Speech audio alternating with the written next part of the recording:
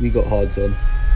We're going to the end. Oh, finally a race that I had some things that I could, that I could inject straight into my bloodstream. This race had the good stuff. Not a lot of overtakes, I'll be honest, and we'll get into that in a minute. There wasn't a lot of actual action kind of on track, if you kind of think about it.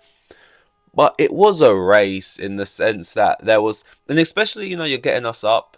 When I say us, I mean privileged uh, English people who usually get to watch the race at normal hours. But like this one is not that. It's 5 a.m. qualifying. It's 4 a.m.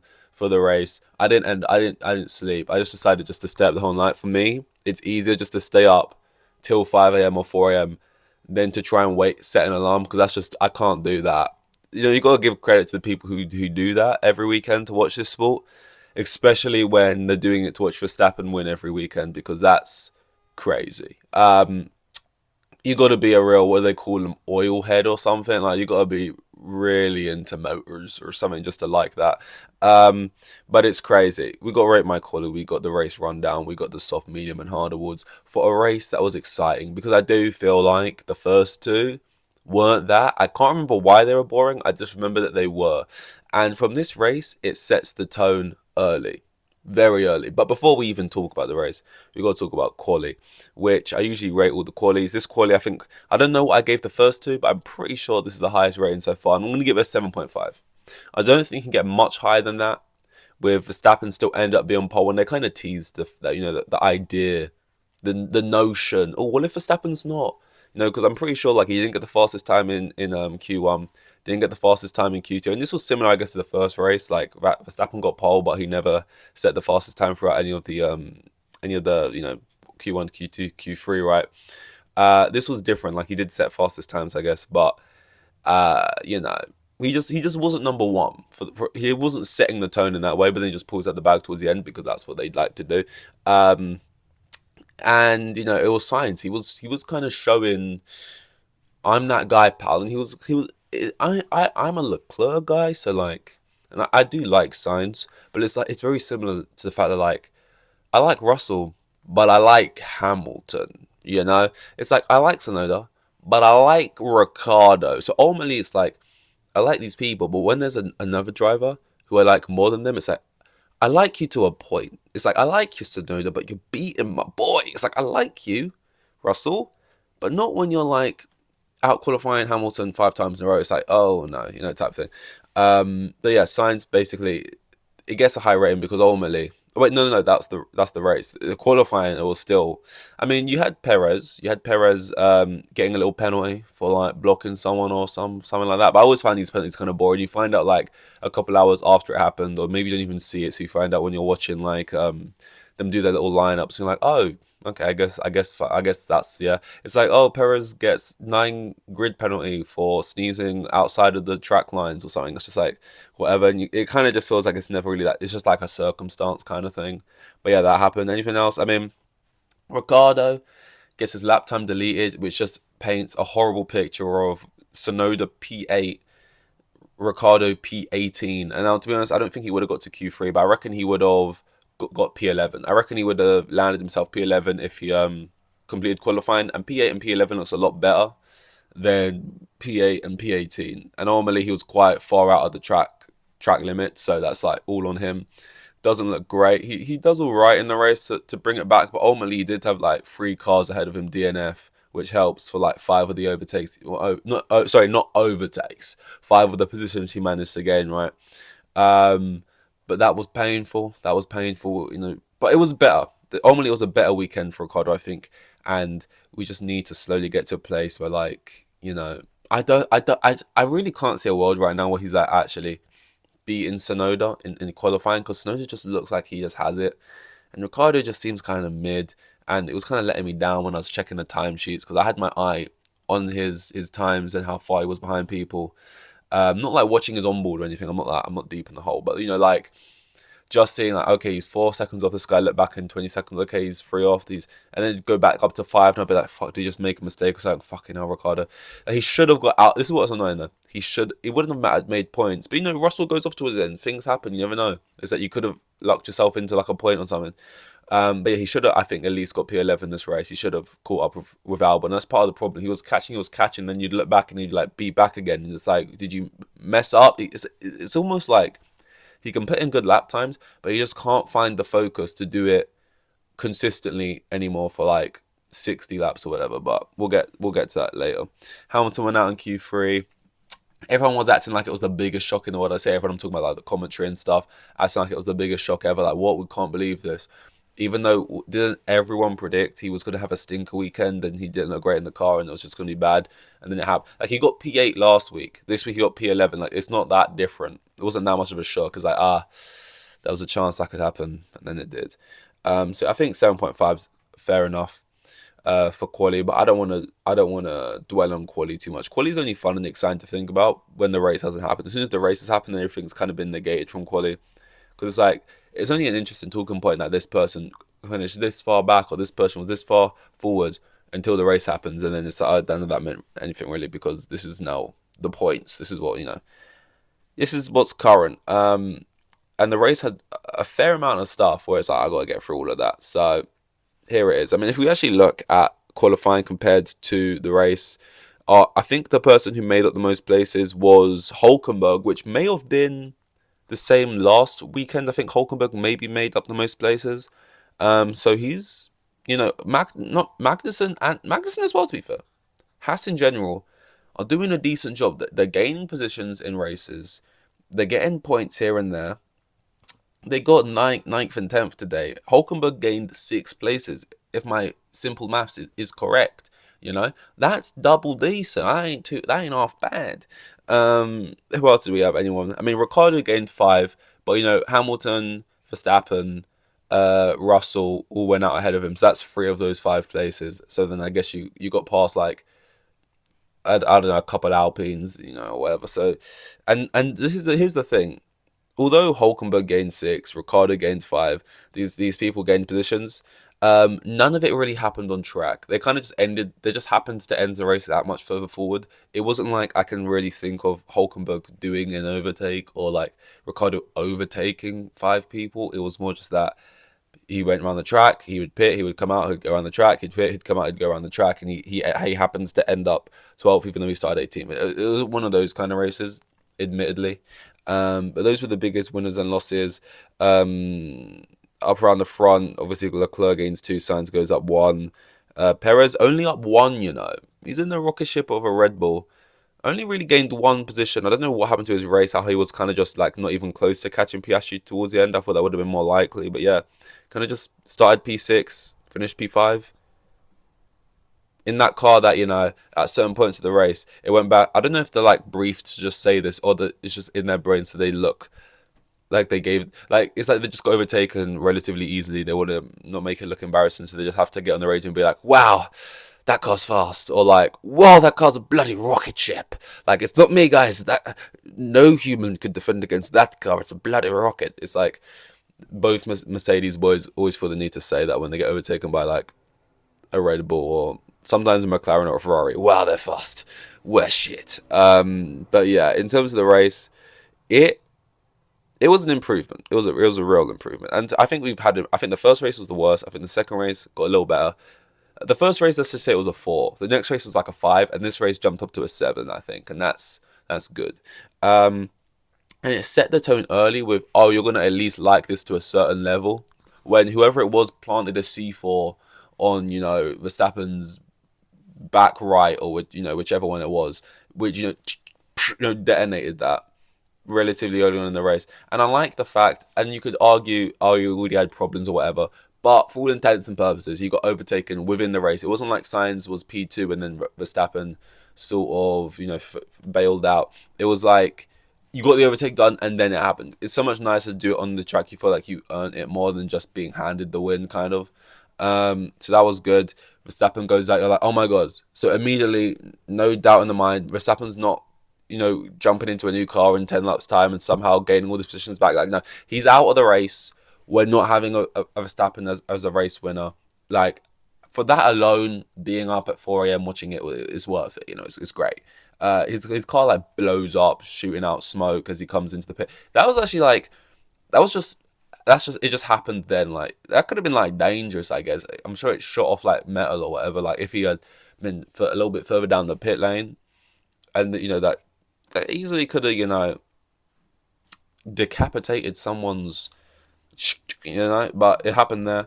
Um, and yeah, he goes out, and it was lovely to see, because it was like so many times you watch the race and it's like you watch the main straight, it goes into the first corner, and you're like, is it Verstappen leading? It is. Okay, race is done here. That sort of it sets the tone. That's what's happening today. And today you kind of had that, but then a couple of laps later, Verstappen was gone, and it's like from that point on, it was like, oh, the race has been decided, but in a different kind of way, and it was great. But like I said earlier, there was no real overtakes. It was kind of like you look at it, Sainz gets that done in like the first couple of laps, and it's like Sainz basically first for the whole race, and then it's like I don't really remember Leclerc overtaking anyone, but he did go up a couple of positions. It all kind of happened in undercuts and sort of just like putting in good lap times and that kind of stuff. So like a lot of people finished where they basically started or went up a couple or went down a couple, but you didn't really see that happen on track. But look, beggars can't be choosers. I will take this over the first two any day. What else happened? I mean, I'm watching the race relatively early on because, like, again, I'm like fixed onto like certain people's like times they're doing, because I'm just like they're not doing great this season, and I feel like I'm just like, oh my god, come on, why are you not catching? Why are you not catching? And I'm doing that usually with Ricardo, and I've been doing it with Hamilton a little bit. And I'm watching Hamilton, and I'm like, oh, why did he lock up? He could have overtaken Stroll. Okay, now we've got to do the catch-up thing. And it's taking a few laps, and he's catching. And I'm like, wait, no, he's dropping. He's just pitting. It's fine. Wait, no, there's no pit. There's no pit graphic. The commentators aren't talking about it. Hamilton is dropping like a stone here, and then it's like, it cuts to him. Yep, engine failure. Yep, my engine's gone. Yep, lost power. Yep, my power's gone. Yep. And he's out. And it's like, if you clicked on, you were slightly late, you woke up late, you're watching it, you look down at the drivers and you go, Hamilton, Verstappen out. I'm getting flashbacks to a better time, the good old days, when you could easily watch that and think, oh, did they take each other out? Who would have thought? Not me, both sitting there on the sidelines after crashing out, usually from P1, P2, this time from, to be fair, P1 still, P11, but, it was like, wow, that took me back. That was like, looking at an old photo, oh my god, look at us then, oh my days, had the mullet and oh wow, when we were young, it was just like, damn, 2022 called, they want their graphics back. Was it even 2022? I don't know. But yeah, that was like, and something I noticed on Ricardo watch, because it's something I want to be doing now, bit of rookie watch. So I'm watching him. Ultimately, he goes from P18 to P12, gains 5. It's decent enough, but I think there's a world in which he should have been pushing to overtake Magnussen towards the end of the race, not Albon. I think if it was flipped and Tsunoda started P18, that's how I got to think about it. I think Tsunoda would have finished at least around P11, not P12. And I know it's only one place difference, but there was just times I was watching his timesheet, and I don't know how accurate those times are with the gaps to each driver, but he'd be catching and be like 4.1, 3.7, 3.7, 3.6, and then eventually get down to like 1.5. And I'd look back and I'd see it go from 1.5 to like 4 seconds. And I was like, is this a graphical? Does this just happen sometimes? Or is it just he's constantly looking up, making little mistakes here and there because he can't stay focused type thing? But then like I look back, and within like a lap or two, it'd be back down to like a second. I'm like, that's a short amount of time for him to like already or fixed that mistake he just made. So maybe it is, and maybe they would have cut to it if he had like had a big lockup or something. So I don't know how these time things work, or if it's like it was less he made a mistake, but Albon just used a lot of battery or something in that lap, so he managed to gain a lot in that. I don't know how it necessarily works with the catching up thing, but just from looking at them and not watching how his laps were going, looking at the numbers on the screen, I was like, I don't know, like they had like a fair amount of laps to go, and he was like got himself to like just under 2 seconds. And then it jumps to 4. And it's like, well, I feel like you should have caught Albon, and it's like you catch Albon, and then you have like the Russell crash ahead of you. You get another position. It's like you never know. You get these last little places close to the points. You might just luck into a place. Now it wouldn't have happened. It still would have been like 11th, but it's touching distance. It looks better. You should have caught him, but it's an improvement. He was putting in better lap times. And onto Japan, onto China, I think that's going to be like a double in a row, right? That wasn't me, by the way, doing bad Asian accents, because it did kind of sound like that. But yeah, onto Japan, onto China. You know, that's just on my mind now. Double race weekends type thing, not like there's two races in a weekend, but you know what I mean. There's like one after each other consecutive. I am hoping he finds form. Although, where's Yuki from? Yuki's Japanese, right? Yeah, Yuki's Japanese. So one of those is going to be his home race. Maybe that's gonna do great for him, and he's going to do even better. Or maybe it'll be like a bad thing, and he crashes out. Because a lot of time you see people at that home race, and they just have a stinker. Ricardo, lap time did at his home race. Perez crashes out on his home race. I had another example in my head just now, and I've lost it. But like sometimes people just shit the bed of the home race type thing, and then everyone's there to watch him, and it's like fuck But yeah, anyway, I'm tangenting. Remember last week? Ollie Behrman is a legend. He got P7. Ollie Behrman is the few. No, I'm sorry, right? But I don't know who needs to hear this. But Ollie Behrman is 10 times the driver Liam Lawson is, right, and all this other kind of stuff. He's an absolute ledge, because he managed to get a Ferrari into P7 at the end of the race. This race-winning Ferrari that won this weekend. And I know Verstappen went out, but there was another Red Bull in the race. So I don't know if there was another one, and he only went up one position, and he was also there. And I know Verstappen can do more the car, but look, that car literally, also the same car, the car that he was driving in, the same car then won the weekend after. And the only reason, by the way, I do feel more confidence to even say this is because Red Flag, shout out the Red Flags podcast, I did mine, and I was like kind of saying, is Ollie Behrman overrated? But I was kind of just dipping my toe in because I knew it was an unpopular opinion, and I kind of backed out and said, you know what? It is his first race, and I still stand by that. It was his first race. It's still like impressive. Obviously, I'm joking a bit. And then I watched their podcast afterwards, and they were like, they went full into that. He ain't shit. Like it ain't that crazy. It was like you kept it clean, and this I know this just really hearing basically other people have like a similar opinion on it basically gave me the confidence right now to be like, Behrman wasn't that. He wasn't that, and it's like, I don't know how impressive it is to like jump in an F1 car for the first time. And he's done tests before, whatever. But like, Sainz do. Oh yeah, and Sainz didn't have an appendix, which I don't think in general matters. Like in 2 years' time, if Sainz wins another race, we're not going to be like, and he did it without an appendix. But I mean, as it just came out of his body, like he pulls up his shirt and he's got like the whole sort of caught like this fucking bands around him still, like he's just been butchered. So. It literally just left him. He's feeling lighter or whatever. Like it just happened. You could argue, he's got the experience, but he just had an appendix. Sound like it's still impressive, and he won the thing. So Sainz is kind of like that guy at the moment. But we're gonna get into Sainz a little bit later, or we could get to Sainz now. Yeah, we'll talk about Sainz now, I guess, because Sainz is like actually low key cold, like sometimes, and he's kind of been that guy, and Leclerc's probably. I can tell Leclerc's a little bit because he's meant to be that guy, and it's like if you can't even be. I think Hamilton's better than Sainz. He doesn't look great for Hamilton right now, but I think Hamilton's a better driver than Sainz. I don't think that's a hot take. So it's like if you're kind of slowly becoming the second guy to Sainz, what's it going to be like if Hamilton's in the car type thing? Is maybe on his mind. Don't think so, but like. Should be. And I think he'll just be a little bit rattled and annoyed. Like, he comes home P2, he's like, yeah, it's great for the team, but ultimately, I'd rather be the one in P1, obviously. So that's that. Sainz, got them 2 wins. He's, like, stopped Red Bull now. He's been the guy to stop Red Bull twice. And it would all be perfect if it wasn't for when he gets on the radio at the end. Because he always has to ruin it. And he has to, like, when you pull out the scroll, it's like, here's my terms and conditions, and the scroll is, like, comically large, and it's, like, rolling out on the floor. It's like he has to run through his set of fucking catchphrases, so much so that he's forgetting to do them. Like at the end of the race, they jump on the radio and they're like, "Smooth operator, your thing, smooth," and he's like, "Oh yeah, I forgot."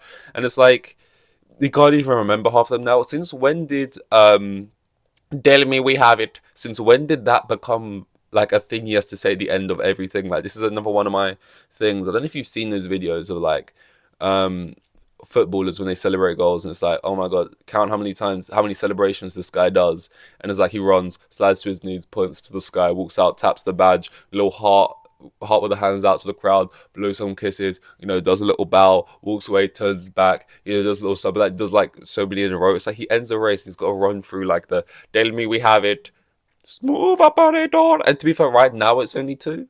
But right now, most people have none. Most people don't have like a thing they have to say at the end. I mean, Norris does a little champagne pop. People have like little things. And there's like people who have quote unquote catchphrases, but they didn't treat them like catchphrases or whatever. Like hammer time or like or whatever it is Bonham and Lewis say to each other. I can't even remember. Like get in there, Lewis. But these aren't like things he's saying consciously, like, oh, I've got to say my get in there, Lewis thing. Whereas science is like, oh, I forgot to sing my smooth operator. I've got to say, don't me we have it, or whatever. And he was like, you know, because obviously he was saying, tell me we have it confidently, or as a joke, because of course they finished under a safety car. But like, yeah, that's just science. I do like, I like most of the drivers. But yeah, so there was that.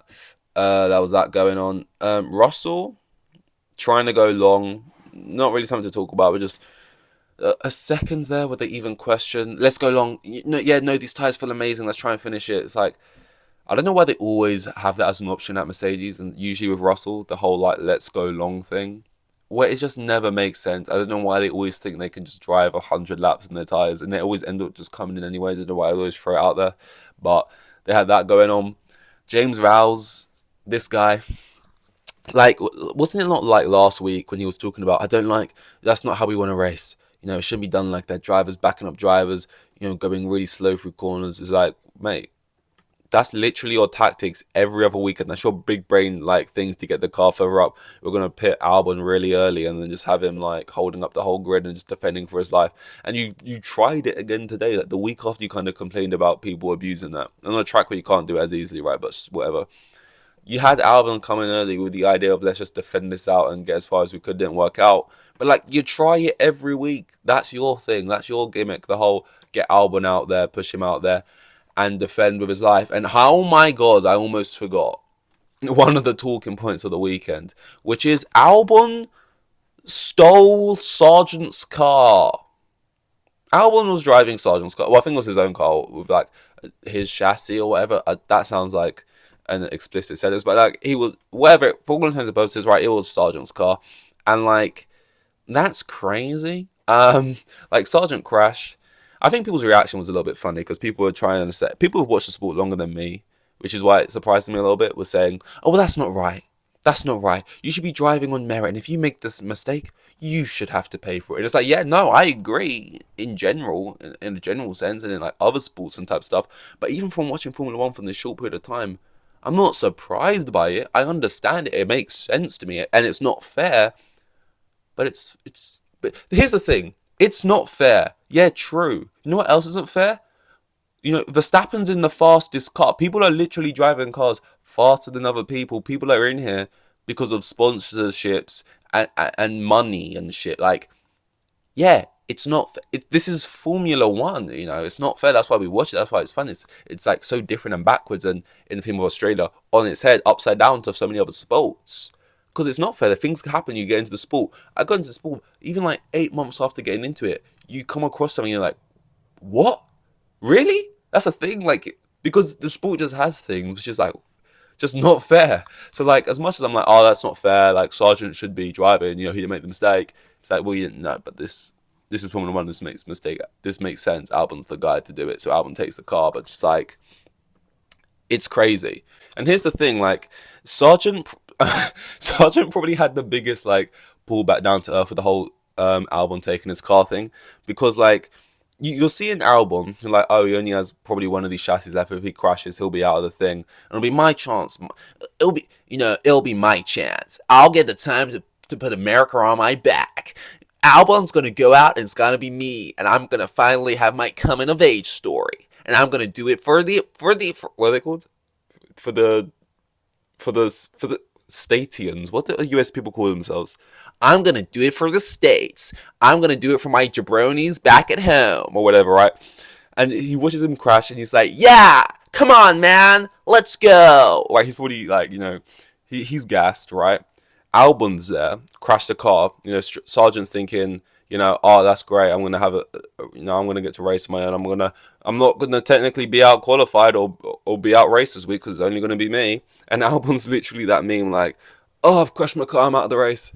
Call the ambulance, call the police, but not for me. Switches it up on him, points the barrel straight between Sargent's eyes, decapitates his own teammate, takes his car, almost gets points. To be fair, finished P11, so you could say it was like kind of proved to be the right idea, but like it wasn't for anything insane. There's a good chance. I mean, if Sargent was in the car, I reckon he could have finished P11 as well. Maybe P12. Maybe Ricardo would have caught him at the end. I don't know. I mean, Ricardo couldn't catch Sargent, it seemed like, last weekend. So, I don't know, man. Like, I don't necessarily think anyone was proved right with this going on.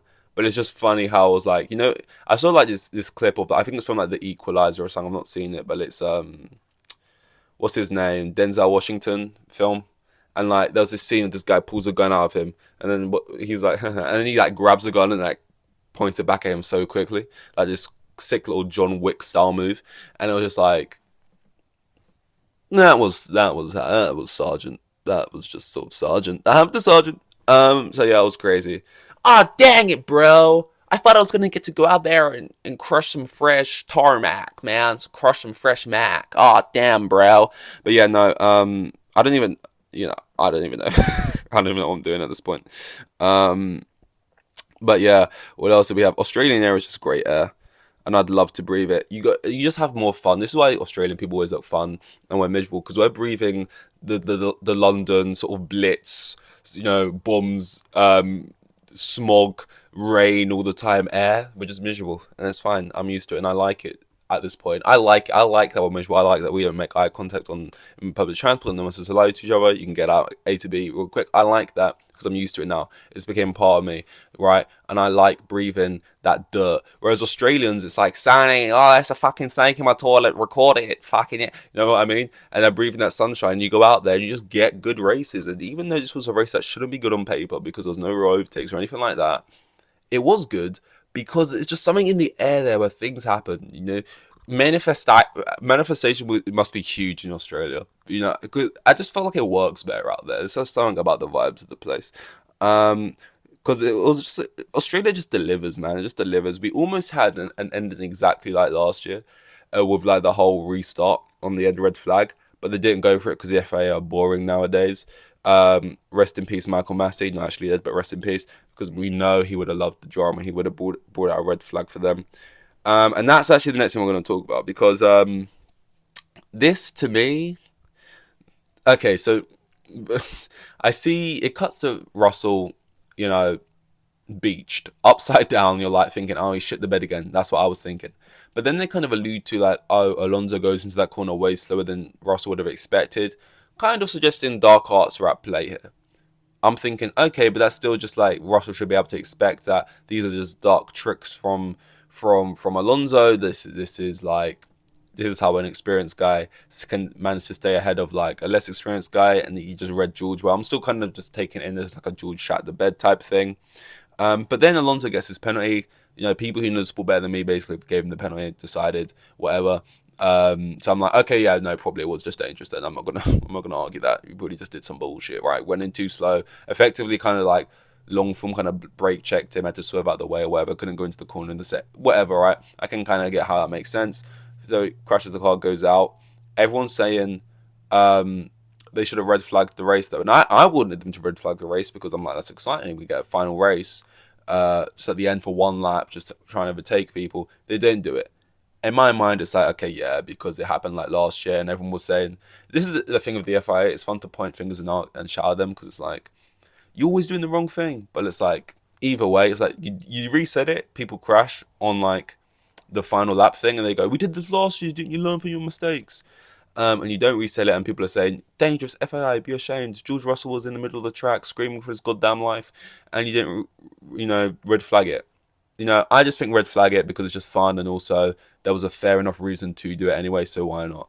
On the George Russell thing as well, it's a good thing I looked into that more before I did do this, because like I see Russell upside down, and I see this clip like team radio Russell begging for a red flag. I didn't listen to the audio, I just saw that in the video, and I was like, oh, Russell's just like me. He wants the drama. He wants to have a race at the end. And then my second thought is, no, but that car's totaled though. Why would he want a red flag? They wouldn't be able to like fix it that much. They could change a couple of tires or whatever in a red flag. They're not going to fix his entirely upside down car. Oh, so Russell is really just like me. He wants a red, even if he's not involved. The guy just wants to see drama. He just wants to see fun. What a great guy Russell is. And that's like the whole thing I was taking in.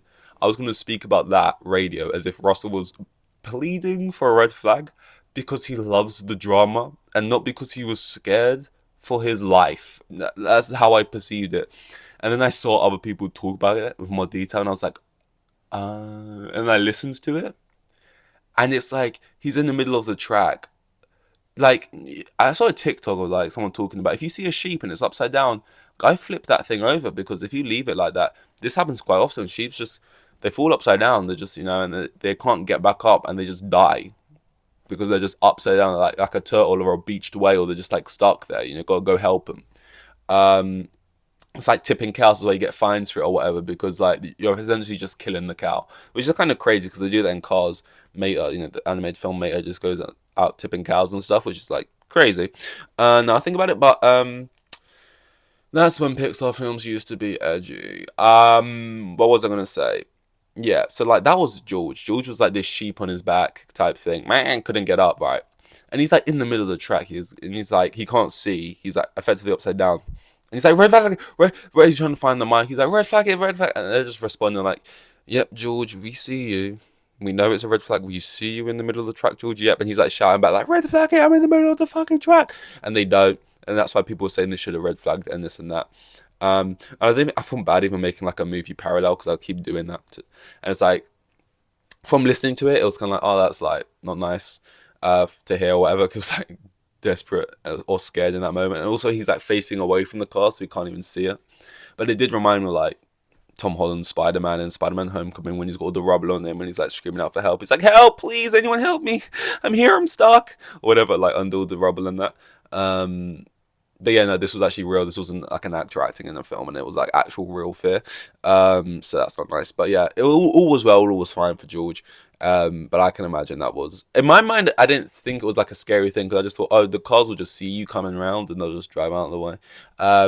But I guess there must have been like a high speed part of the track, and it would be very easy for cars to come around, not see you, and then like that would kill you. Like these cars are like built better now, but you being upside down with like the belly of the car facing out and the car drove straight into the back of you, you're getting like punted and you're dead. Or at least you're not in a good way. Let's just say that.